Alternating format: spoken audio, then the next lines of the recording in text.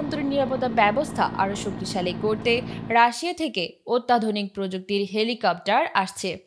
রাশিয়ার রাষ্ট্রায়ত্ত প্রতিরক্ষা প্রতিষ্ঠান রোস্টেকের অধীনস্থ রাশিয়ান হেলিকপ্টার্স কোম্পানি তৈরি করেছে Mi-17-1A2 মডেলের এই হেলিকপ্টার। বহুমুখী ব্যবহারের উপযোগী এই হেলিকপ্টারগুলো বাংলাদেশের পুলিশের জন্য পাঠানো হচ্ছে। এই হেলিকপ্টারগুলোর বিশেষত্ব হলো এগুলো বহুমুখী কাজের জন্য ব্যবহৃত হতে পারে। রাশিয়ার রাষ্ট্রায়ত্ত প্রতিরক্ষা প্রতিষ্ঠান রোস্টেকের অধীনস্থ রাশিয়ান হেলিকপ্টার্স কোম্পানি এটি তৈরি করেছে। উন্নত মডেলের Mi-171 সিরিজের দুটি হেলিকপ্টার খুব শিগগিরই বাংলাদেশের হাতে পৌঁছাবে। ইতোমধ্যে হেলিকপ্টার সরবরাহের প্রক্রিয়া শুরু করেছে মস্কো। শক্তিশালী ও আধুনিক প্রযুক্তির এই হেলিকপ্টারগুলো দেশের অভ্যন্তরীণ নিরাপত্তাকে আরও এক ধাপ এগিয়ে নিয়ে যাবে।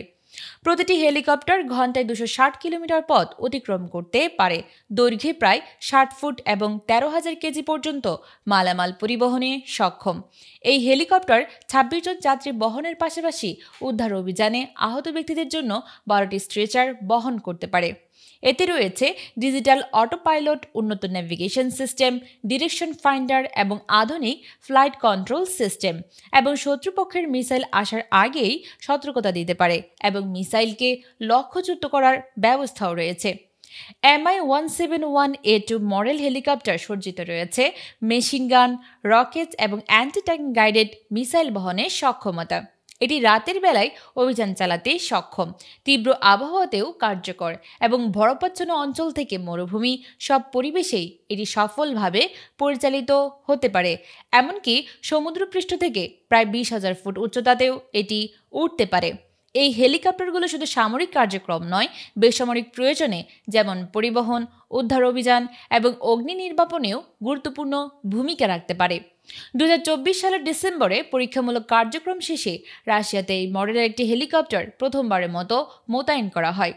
সামরিক বিশ্লেষকদের মতে নতুন এই হেলিকপ্টার যুক্ত হওয়ায় বাংলাদেশের অভ্যন্তরীণ নিরাপত্তার কৌশলেও পরিবর্তন আসবে। গণমাধ্যম সূত্রে জানা যায়, 2021 সালে রাশিয়ার সঙ্গে এই হেলিকপ্টার কেনার জন্য $224 মিলিয়ন চুক্তি স্বাক্ষরিত হয়। নির্ধারিত সময় ডেলিভারি কিছুটা বিলম্ব হলেও এখন তা বাংলাদেশে এসে পৌঁছানোর অপেক্ষায়। এই প্রযুক্তি সংযোজনের মাধ্যমে দেশের হেলিকপ্টার ব্যবস্থাপনায় নতুন এক যুগের সূচনা হবে।